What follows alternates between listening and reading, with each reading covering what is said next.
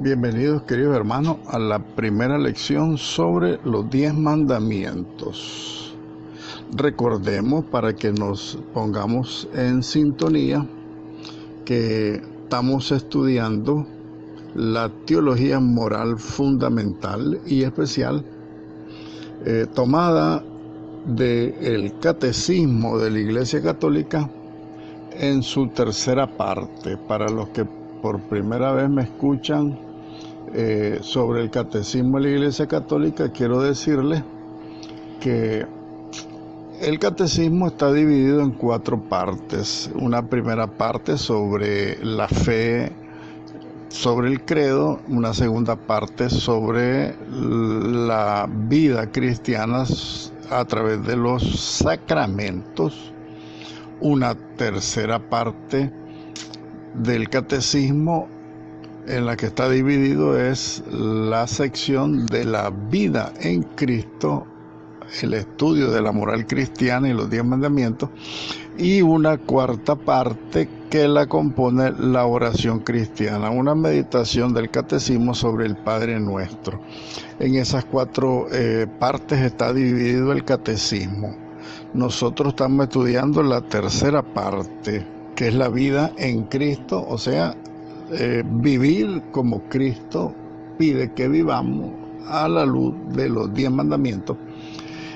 También a la luz de la teología moral cristiana, pero también a la luz del catecismo de la Iglesia Católica.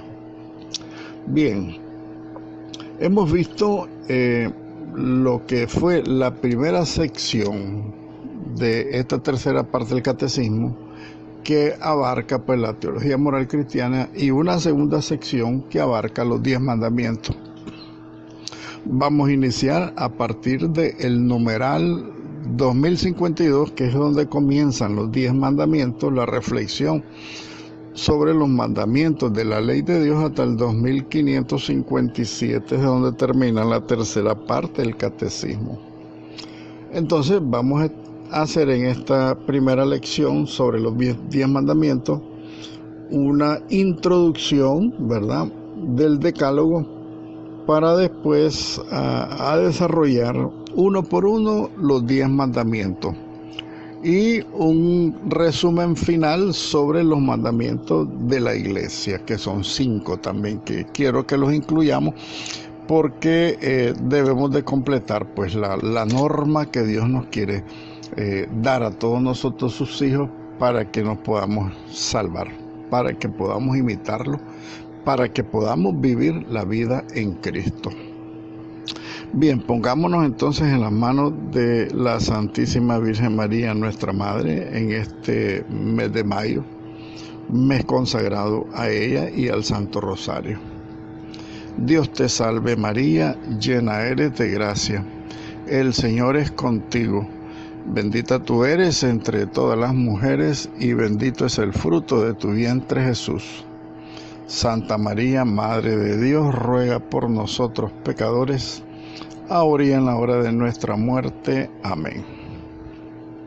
Bien, se ha analizado los 10 mandamientos a la luz de la teología moral cristiana y con el documento del Papa San Juan Pablo II titulado Veritatis Splendor.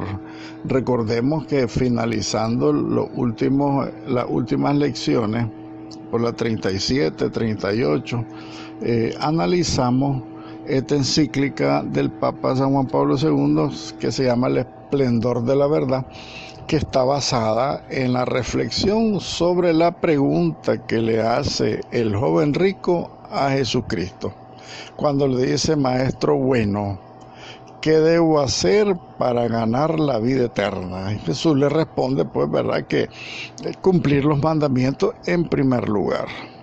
Y después la obra de caridad, ¿verdad?, el despojo total de sí mismo, y después en el seguimiento de Cristo.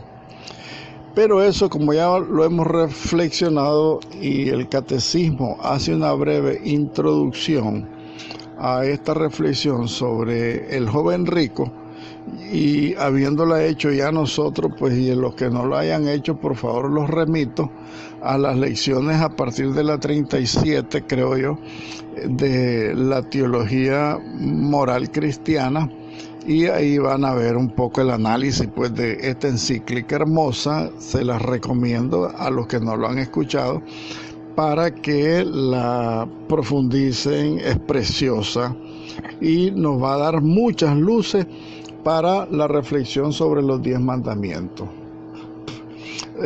Pasando un poco más adelante, debemos de reiniciar la reflexión sobre la moral cristiana y el decálogo a partir de la tradición de la iglesia, porque todo lo que es entonces la Sagrada Escritura, todo el decálogo que aparece en el Antiguo Testamento y el Nuevo Testamento con la nueva ley del amor, el nuevo mandamiento del amor que nos dejara Jesucristo el día de la última cena en su oración sacerdotal del Evangelio de San Juan del capítulo 17. También les recomiendo que lean el capítulo 17 para que se den cuenta esa oración sacerdotal de Jesucristo, donde nos deja el mandamiento nuevo del amor, que es amar a Dios sobre todas las cosas y al prójimo como a ti mismo. Eso ya lo profundizamos, lo suponemos que ya lo manejamos, entonces queremos avanzar un poco más. Por eso es importante, si desean tener el conocimiento completo de lo que es la teología moral cristiana, pues ver las 40 lecciones de la teología moral cristiana y estas lecciones que nos salgan sobre el decálogo, ¿verdad? Que es un complemento, tendríamos que decir, de esta asignatura. Esa segunda sección son los 10 mandamientos meditados uno por uno, que es para concluir, pues, la clase de la teología moral cristiana, la vida en Cristo. Recordemos que Cristo es el modelo para la vida cristiana. Bien, ahora veamos entonces qué dice la tradición de la iglesia del decálogo, de los 10 mandamientos. Recordemos que la tradición de la iglesia es lo que no está escrito en la Sagrada Escritura, pero que sí nos dejaron como herencia los apóstoles de Jesucristo y las primeras comunidades cristianas. Esa es la tradición apostólica. Entonces, a la luz de la tradición de la iglesia, esa tradición que es fiel a la Sagrada Escritura, y siguiendo el ejemplo de nuestro Señor Jesucristo, pues esta tradición de la iglesia ha reconocido siempre, desde sus inicios, en el decálogo una importancia y una significación primordiales. Desde San Agustín, por ejemplo, del siglo XII, siglo XI, más o menos, los 10 mandamientos ocupan un lugar preponderante en la catequesis de los futuros bautizandos y de todos los fieles, ¿verdad? A partir de entonces de San Agustín, y pues se retoma esta catequesis importantísima sobre los 10 mandamientos para los bautizados, para los recién bautizados, para los futuros bautizados y para los mismos fieles, ¿verdad? Avanzando un poco más, en el siglo XV se tomó la costumbre de expresar los preceptos del decálogo en fórmulas rimadas, o sea, como poemas, como versos. ¿Por qué? Porque se hablaba que era fácil de memorizar y eran fórmulas muy positivas, pues, para el aprendizaje. Estas fórmulas están todavía en uso hoy en la iglesia. Los catecismos de la iglesia han expuesto con frecuencia la moral cristiana, siguiendo, pues, el orden de los 10 mandamientos. En esta tradición, entonces, de la iglesia, la división y la numeración de los mandamientos ha ido variando, por supuesto, en el curso de la historia, ¿verdad? El presente catecismo sigue la división de los mandamientos establecida por San Agustín y que han llegado a ser tradición en la misma Iglesia Católica. Entonces es también que de las confesiones luteranas también han tomado los protestantes esa misma tradición, ese mismo orden que tienen los catecismos católicos. Por su parte, en la patrística, o sea, en los primeros 8 siglos de la Iglesia, los padres de la Iglesia, hablamos de los padres griegos y hablamos también de los padres latinos, o sea, los padres de la Iglesia occidental y los santos padres de la Iglesia griega. En este caso hablemos de la griega, o sea, de la que hoy es la Iglesia ortodoxa. Estos padres griegos hicieron una división algo distinta que se usa pues en esas iglesias ortodoxas y también que se usan en algunas comunidades o sectas reformadas. De la reforma se refiere pues a las que instituyó Martín Lutero, ¿verdad? Cuando se dividió, cuando se separó de la iglesia. Esas confesiones, esas comunidades luteranas, digamos así, pues tomaron un poco la división que hacen los padres griegos de la iglesia ortodoxa. Por su parte, los 10 mandamientos enuncian en la tradición de la iglesia la exigencia del amor de Dios y del prójimo. Es el mandamiento nuevo del amor que Jesús establece pues el día de la última cena con sus discípulos. Y en estos 10 mandamientos, los 3 primeros se refieren más al amor de Dios y el resto, los otros 7 mandamientos, se refieren al amor al prójimo. 3 mandamientos para Dios y 7 para el prójimo. Dice San Agustín en uno de sus sermones, como la caridad comprende 2 preceptos en los que el Señor condensa toda la ley y los profetas, asimismo los 10 preceptos, o sea, los 10 mandamientos se dividen en 2 tablas, ¿verdad? 3 están escritos en una tabla que son referidos a Dios y los otros 7 en la otra tabla, dice San Agustín, ¿verdad? Reflexionando sobre las tablas de la ley, pues que habla el libro del Éxodo y del Levítico.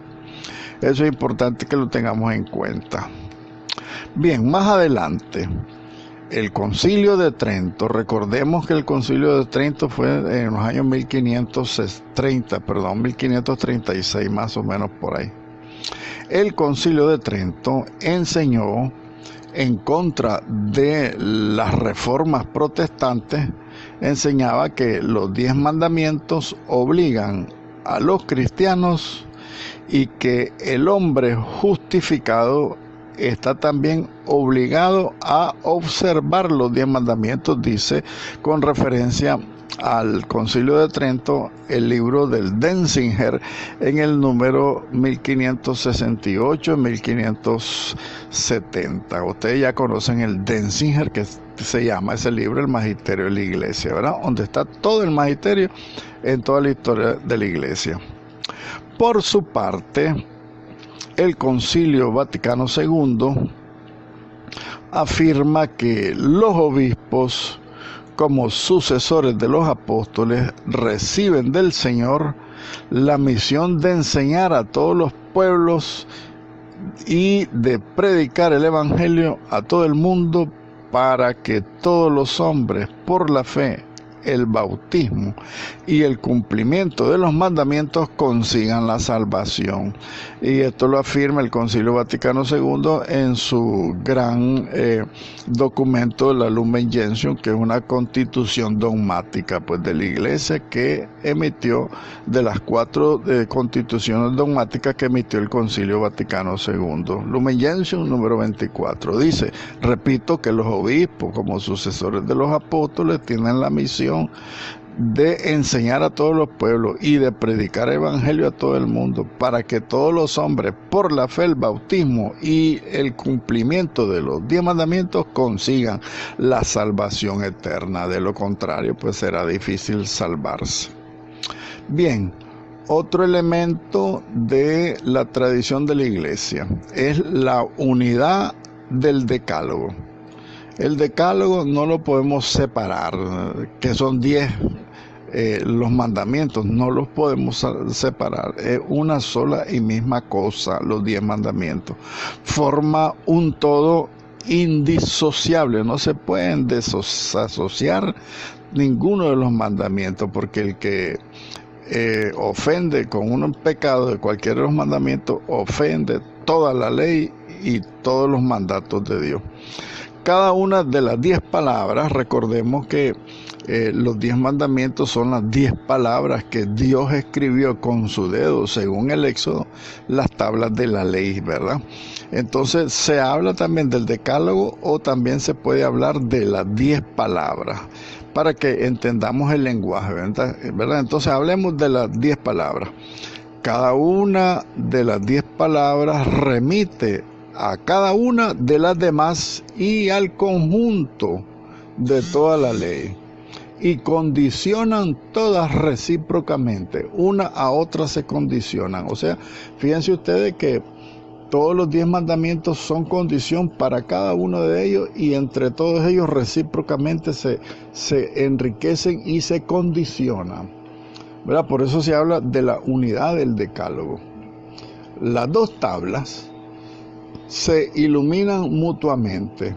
¿Por qué hablamos de las 2 tablas? Recordemos que decíamos que Dios escribió los primeros 3 mandamientos en una tabla y los otros 7 en otra tabla, ¿verdad? Las 3 primeras en la primera tabla, referidas en primer lugar a Dios. Recordemos los primeros 3 mandamientos, la ley de Dios, que son, ¿verdad? Amar a Dios sobre todas las cosas, no tomar el nombre de Dios en vano, y el tercero, santificar la fiesta. Todo es para el culto divino.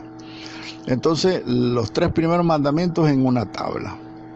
Los otros 7 mandamientos en otra tabla. Las escribió el dedo de Dios, dice el Éxodo. Bien, entonces, en estas 2 tablas se iluminan mutuamente. Estas 2 tablas forman una unidad orgánica, ¿verdad? Porque no podemos separar. Acuérdese lo que dice San Juan en su primera carta, ¿verdad? El que dice que ama a Dios y no ama a su hermano es un mentiroso, porque dice, ¿cómo va a amar a Dios a quien no ve si no ama a su hermano a quien ve, ¿verdad? Eso lo dice el Evangelio de San Juan en el capítulo 4. En la carta de San Juan, más bien, en la primera carta de San Juan, en el capítulo 4. Entonces ahí está la asociación que debe existir, la formulación de unidad orgánica que tienen las 2 tablas de la ley. Entonces fíjense ustedes que cuando se transgrede un mandamiento, es quebrantado todos los otros mandamientos, dice el apóstol Santiago, lo dice en su capítulo 2. Y también no se puede honrar otro sin bendecir a Dios, que es su creador, ¿verdad? No podemos honrar a otro sin bendecir a Dios, creador.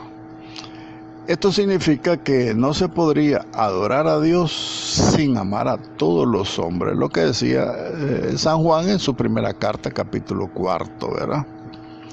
Que no podemos adorar a Dios y odiar a los hombres, no podemos. No se puede adorar a Dios sin amar a los hombres, que son sus criaturas.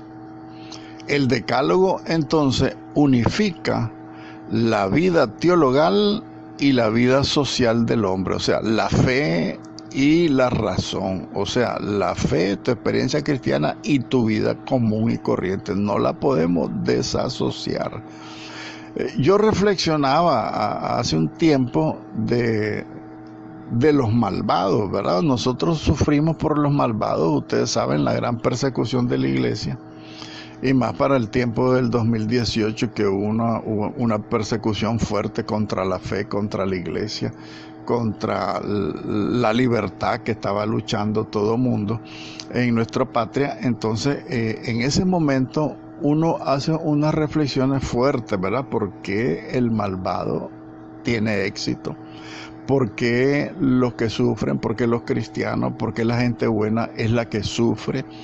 Entonces uno se hace una gran pregunta, ¿verdad?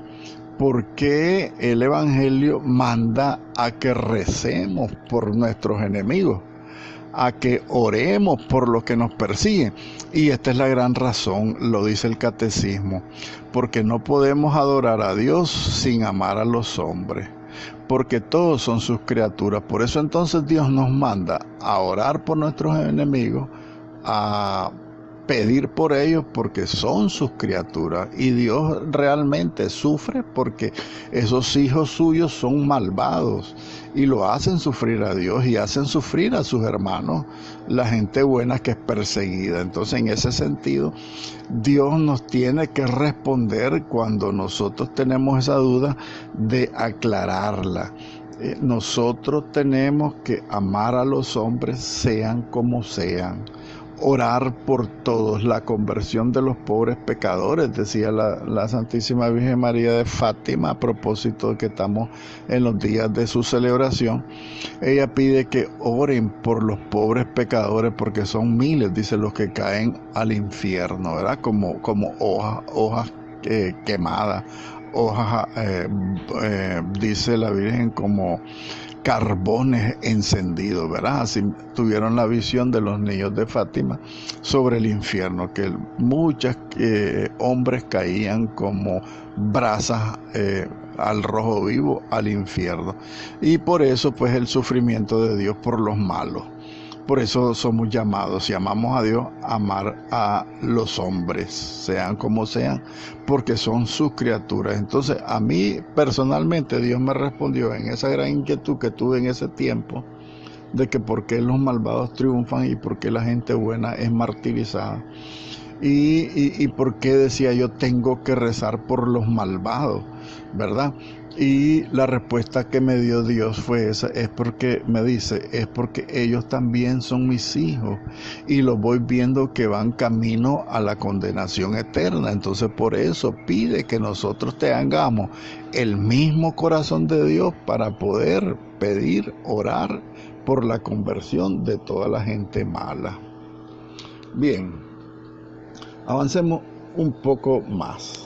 En el 2070, dice el catecismo, con el título de El Decálogo y la Ley Natural. Recordemos la ley natural. ¿Qué cosa es la ley natural? Repasémosla. La ley natural es la ley que está inscrita en el corazón de todos los hombres, de todo el mundo y de todos los tiempos. Una ley que manda a hacer el bien y evitar el mal. Esa es la ley natural, la que traemos todos impresa en nuestro corazón desde que nacemos. De ahí brotan un sinnúmero de preguntas, ¿verdad? Como cómo se van a salvar los que no conocen a Cristo. Tantas preguntas que nos podemos hacer. Entonces, reflexionando sobre la ley natural y el decálogo, tenemos que decir con el catecismo que los 10 mandamientos pertenecen a la revelación de Dios. ¿Por qué a la revelación de Dios? La revelación de Dios es la Biblia. Entonces, los 10 mandamientos pertenecen a la Sagrada Escritura porque Dios los reveló a través de la Sagrada Escritura. Y los 10 mandamientos nos enseñan al mismo tiempo la verdadera humanidad del hombre, ¿verdad? Ahí nos enseña Dios que somos verdaderamente hombres. Y los 10 mandamientos, por eso, ponen de relieve los deberes esenciales y por lo tanto indican rectamente, ¿verdad?, los derechos fundamentales también del ser humano, que son inherentes a la naturaleza de la persona humana. Entonces, el decálogo contiene una expresión privilegiada de la ley natural, ¿verdad? La ley natural, que es la ley que Dios ha puesto en el corazón del hombre. Hace el bien y evita el mal. Esa es, en principio, la ley natural, impresa en el corazón del hombre. Que decíamos también en nuestras clases anteriores que, reflexionando, San Agustín dirá que Dios escribió el decálogo, y lo dice aquí San Irineo, inscribió la ley natural en nuestro corazón, pero aunque el hombre no la había descubierto, por eso Dios la escribió en tablas. Dice San Ireneo, reflexionando un poco también que lo decía San Agustín, dice, desde el comienzo Dios había puesto ya en el corazón de los hombres los preceptos de la ley natural. Haz el bien y evita el mal. Primeramente se contentó con recordárselo. ¿Y cómo lo está recordando Dios? A través de la revelación, o sea, a través de la Biblia, a través de escrito, nos lo dice, ¿verdad? A través de la palabra de Dios. ¿Por qué? Porque dice San Agustín, Dios tuvo que escribir la ley en tablas porque aún el hombre no había descubierto que esa ley ya la tenía escrita, inscrita en su alma, en su corazón. San Ireneo lo refiere y San Agustín también. Entonces, aunque accesible a la sola razón, o sea, los 10 mandamientos son accesibles para todo el que tiene uso de razón. Quiere decir esto. El catecismo dice entonces, aunque los 10 mandamientos son accesibles a la razón de cualquier persona, estos preceptos del decálogo han sido revelados también. O sea, ya están por la ley natural en nuestro corazón y también han sido revelados, han sido escritos en la Sagrada Escritura, para alcanzar un conocimiento completo y cierto de las exigencias de la ley natural. La humanidad pecadora necesitaba esa revelación, o sea que nosotros como seres humanos, aunque ya tengamos la ley en nuestra mente y en nuestro corazón, la ley natural, era necesario. ¿Por qué? Porque la humanidad pecadora necesitaba tenerlo por escrito, digámoslo así, ¿verdad?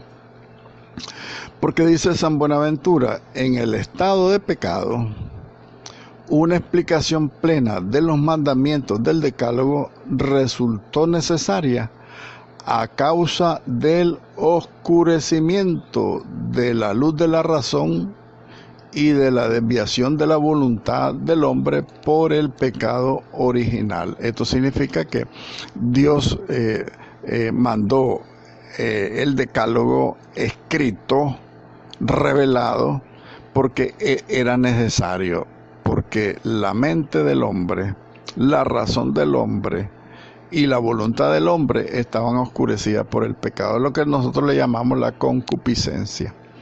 ¿Qué cosa es la concupiscencia? La concupiscencia es la debilidad de la naturaleza humana para caer en pecado a consecuencia del pecado original. Aunque ya el pecado original se nos haya borrado por el bautismo, sí quedó un daño hecho a la naturaleza humana y a eso se le llama concupiscencia. ¿Y qué cosa es la concupiscencia? Una debilidad de la naturaleza humana para fácilmente caer en pecado. Entonces era necesario por eso, porque tenemos la mente oscurecida por el pecado original, tenemos la razón oscurecida y tenemos la voluntad debilitada, pues, por el pecado original. Eso lo dice San Buenaventura y es una gran verdad, ¿verdad? Porque es una doctrina católica que tenemos que estar claros. Nuestra naturaleza humana quedó debilitada por el pecado original. Si bien el pecado original se nos borra por el bautismo y quedamos en gracia de Dios, sin embargo, la naturaleza nuestra quedó debilitada. Por eso era necesario que quedara por escrito, dice San Buenaventura, el decálogo, porque lo necesitamos por nuestra debilidad. Entonces, conocemos los mandamientos de la ley de Dios por la revelación divina que nos es propuesta en la iglesia, ¿verdad? Y por la voz también de la conciencia moral que tenemos.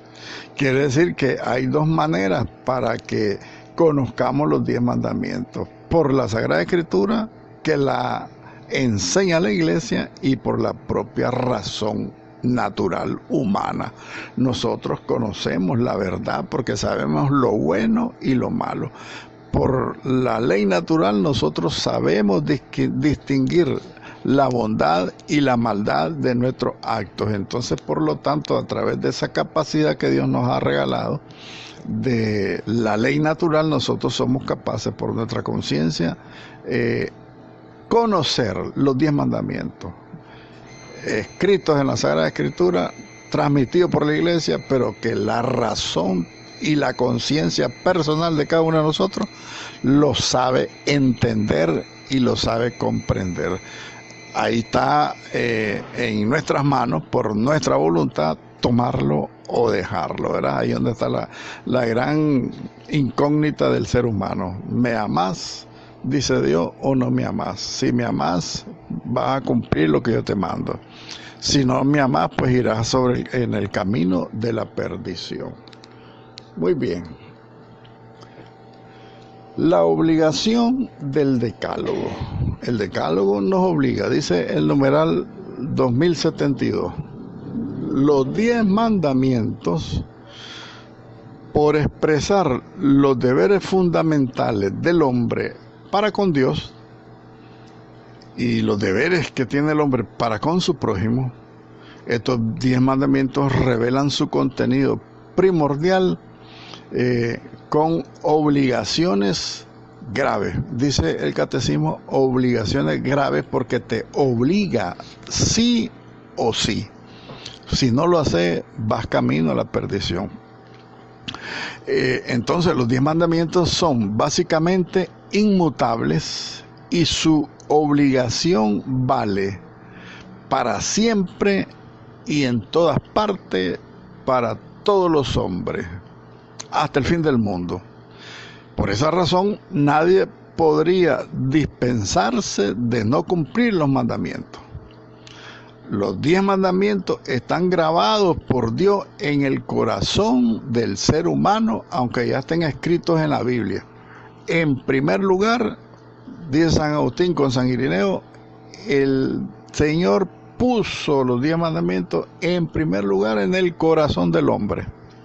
Después lo escribió en tablas, dice San Agustín, porque el hombre no había entendido que ya estaban en su corazón estos 10 mandamientos. Por esa razón, la obediencia a los 10 mandamientos implica también obligaciones cuya materia es en sí misma leve. Así, por ejemplo, la injuria de palabra está prohibida por el 5º mandamiento, pero solo podría ser una falta grave en razón de la circunstancia o de la intención del que la profiere. Eso significa, por ejemplo, la injuria, que es una ofensa a la persona humana, está ligada al 5º mandamiento de la ley de Dios, que es el no matar, ¿verdad? Pero la injuria es un pecado leve en el sentido de que es una falta, pues, que no hace el daño que dice el mandamiento, matar. No matas a la persona, pero sí la injurias, o sea, le inducís a un mal, incluso que le puede ocasionar la misma muerte.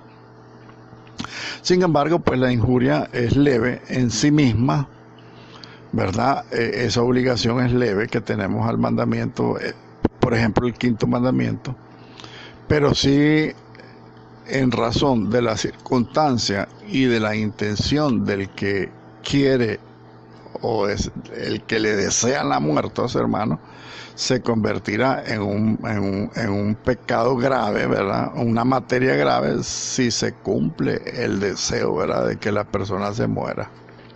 Negar un plato de comida es desearle la muerte a un hermano, pero es una materia leve del 5º mandamiento también, porque en sí misma no matas a la persona, pero sí la inducís a la muerte cuando le negas un plato de comida, un vaso de agua, una asistencia, etcétera, etcétera. Lo que dicen, ¿verdad? Acordémonos de las obras de misericordia, que el Evangelio de San Mateo, capítulo 25, nos hablará, ¿verdad? El día del juicio, el Señor nos valorará sobre el amor.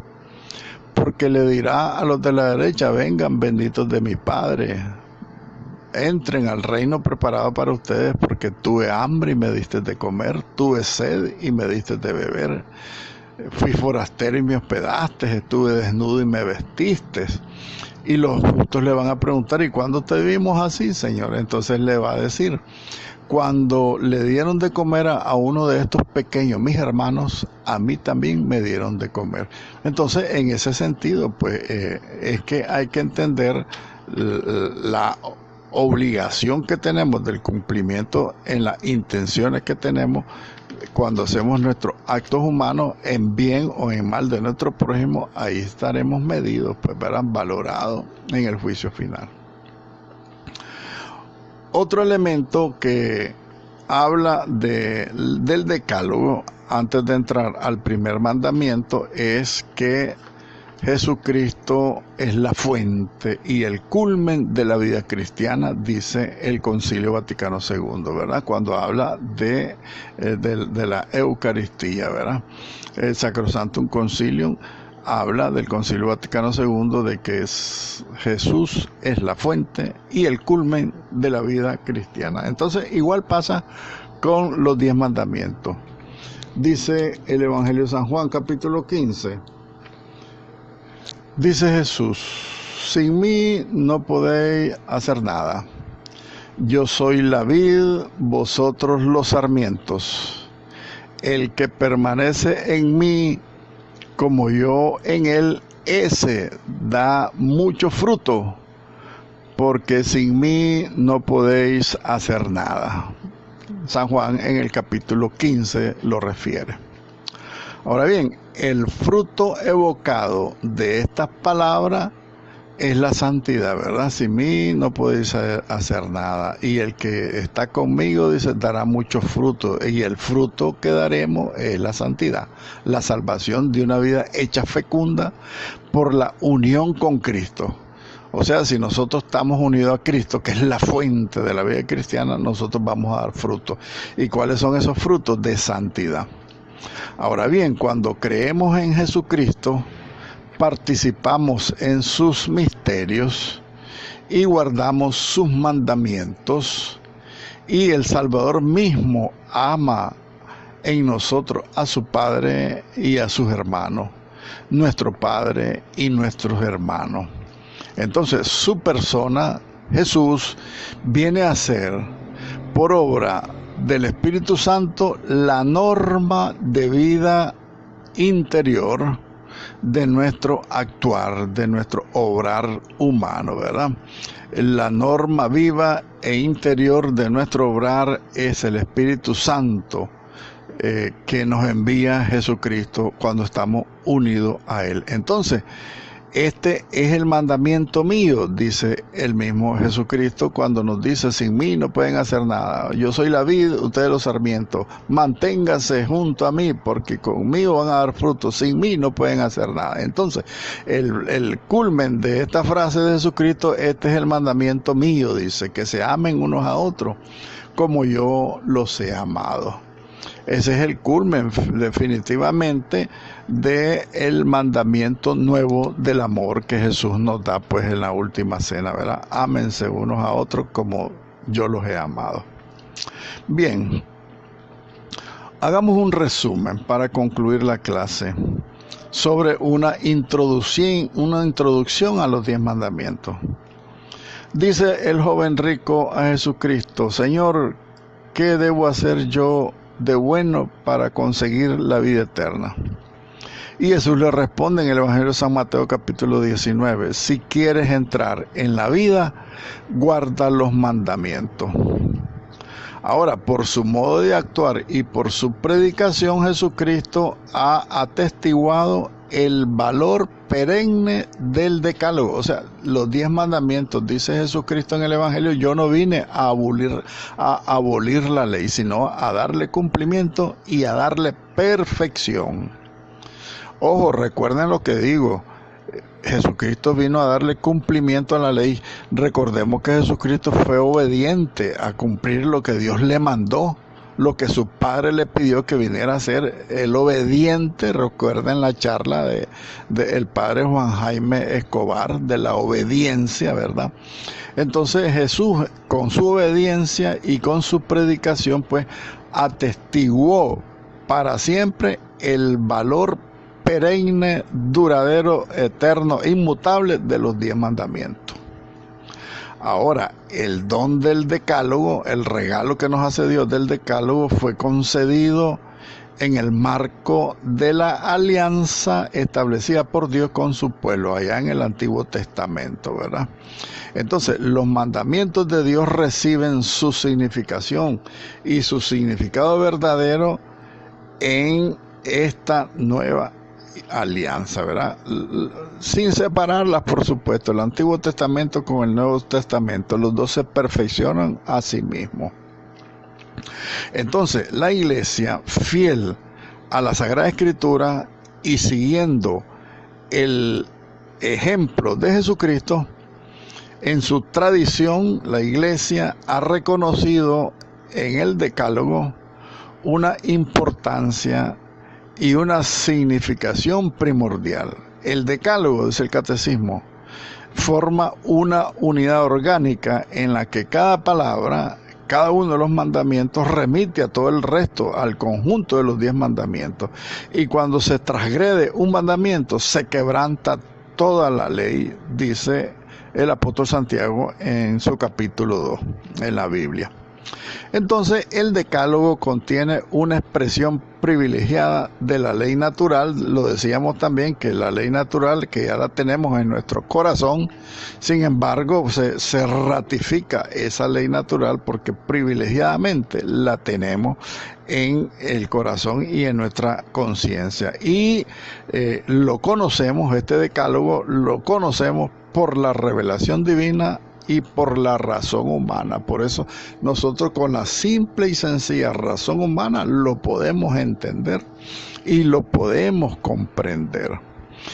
Los 10 mandamientos, en su contenido fundamental, enuncian obligaciones graves.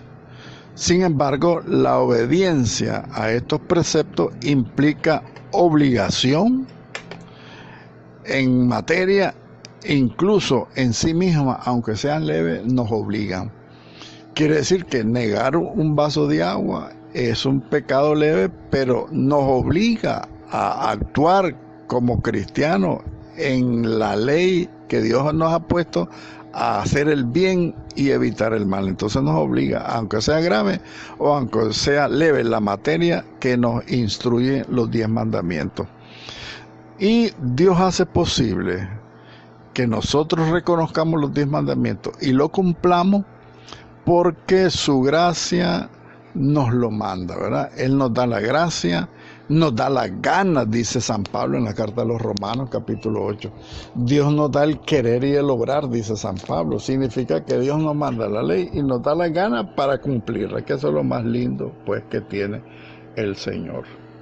Gloria al Padre, al Hijo y al Espíritu Santo, como era en el principio, ahora y siempre, por los siglos de los siglos. Amén.